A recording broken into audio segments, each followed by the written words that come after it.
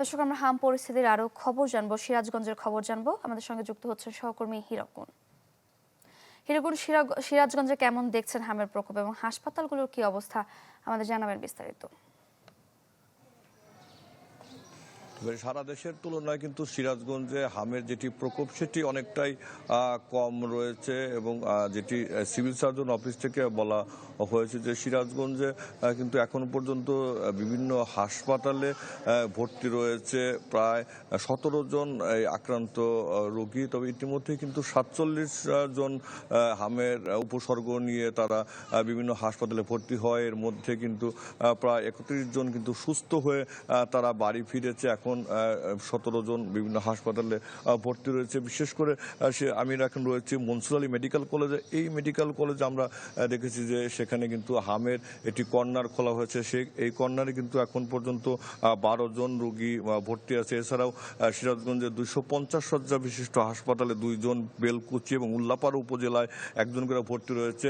দেশের অন্যান্য জেলার এই প্রকোপ থাকলেও কিন্তু সিরাজগঞ্জে অনেকটাই কম রয়েছে এবং সিভিল সার্জনের সঙ্গে কথা বলেছিলাম, তিনি যেটি বলেছে যে এরই মধ্যে কিন্তু 79 জনের নমুনা পরীক্ষা করা হয়েছে। এর মধ্যে 10 জনের হামের আক্রান্ত রোগী পাওয়া গেছে এবং তিনি যেটি বলছে যে ইতিমধ্যে কিন্তু জেলা সিভিল সার্জনের পক্ষ থেকে তারা কিন্তু বিভিন্ন হাসপাতাল পরিদর্শন করেছে এবং তারা যেটি বলছে যে এখন পর্যন্ত যে টিকা সেটি কিন্তু কার্যক্রম শুরু হয়নি। তবে অন্যান্য জেলার তুলনায় কিন্তু সিরাজগঞ্জে যেটি হামের প্রকোপ সেটি কিন্তু অনেকটাই এখন পর্যন্ত কম রয়েছে। সারিকা। হিরকুন, ধন্যবাদ আপনাকে। সিরাজগঞ্জের পরে এবার আমরা চুয়াডাঙ্গার খবর জানবো। আমাদের সঙ্গে যুক্ত হচ্ছেন সহকর্মী রেজাউল করিম লিটন। লিটন, জানাবেন।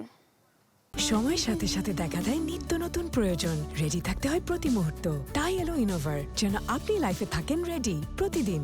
Innova, designed for now. Sarika, হামের যে প্রাদুর্ভাব দেশের অন্যান্য জেলায় তার থেকে একটু ব্যতিক্রম দেশের দক্ষিণ পশ্চিমের এই জেলা চুয়াডাঙ্গা। এখানে হামের কোনো প্রাদুর্ভাব নেই। আমি আজকে চুয়াডাঙ্গা সদর হাসপাতালে এখন এসেছি এবং সদর হাসপাতালে যিনি কনসালটেন্ট শিশু ডাক্তার মাহবুবুর রহমান মিলন আমাকে জানিয়েছেন একটু আগেই তিনি এখানে রাউন্ড দিয়ে গেছেন শিশু ওয়ার্ডে। এ পর্যন্ত 8 জন রোগী ভর্তি আছে এবং গতকাল ছিল 4 জন। এবং ডাক্তার মিলন জানিয়েছেন যে সাধারণত হামের রোগী কিছু আসছে হাসপাতালে শিশুরা, তাদেরকে যাদের শরীরে হামের সাথে একটু জ্বর আছে তাদের সামান্য চিকিৎসা দিয়ে তাদের আইসোলেশনের জন্য বাড়িতে পাঠানো হচ্ছে। কিন্তু হামের সাথে যাদের ডায়রিয়া আছে যেসব শিশুদের, তাদেরকে হাসপাতালের শিশু ওয়ার্ডে ভর্তি রাখা হয়েছে। তো এখন পর্যন্ত 8 জন রোগী ভর্তি আছে। আর প্রাদুর্ভাবের যে বিষয়টি সেটি জেলায় নেই। এটি এই হামের আপনার চুয়াডাঙ্গা জেলা হাম মুক্তই বলা চলে। আর টিকার বিষয়টি হলো যে অন্যান্য জেলা আপনি জানেন যেখানে প্রাদুর্ভাব আছে সেখানে টিকার কার্যক্রম শুরু হবে। তারপরে যে জেলাগুলো স্বাভাবিক পরবর্তীতে পর্যায়ক্রমে সেখানে দেওয়া হবে। তো চিকিৎসা চলছে। এখন পর্যন্ত চুয়াডাঙ্গা জেলায় হামের এই অবস্থা বলা চলে যে মোটামুটি পরিস্থিতি এখনো ভালোই আছে। সারিকা। লিটন, ধন্যবাদ আপনাকে। দর্শক, চুয়াডাঙ্গা এবং সিরাজগঞ্জ থেকে আমরা হামের প্রকোপ নিয়ে জানছিলাম।